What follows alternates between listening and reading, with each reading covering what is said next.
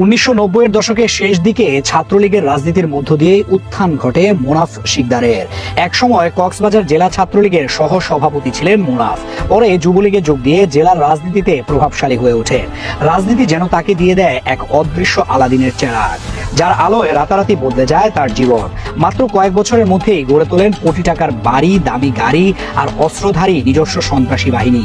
স্থানীয় সূত্র বলছে, জেলার রাজনীতিতে একচ্ছত্র আধিপত্য বিস্তারের জন্য প্রতিপক্ষের উপর হামলা, ভয়ভীতি, চাঁদাবাজি আর জমি দখল সবখানেই ছিল তার প্রভাব। এমনকি কক্সবাজারে ইয়াবা ব্যবসার নিয়ন্ত্রণ ছিল তার হাতে। বছরের পর বছর কক্সবাজারের রাজনীতি ছিল তার নিয়ন্ত্রণে।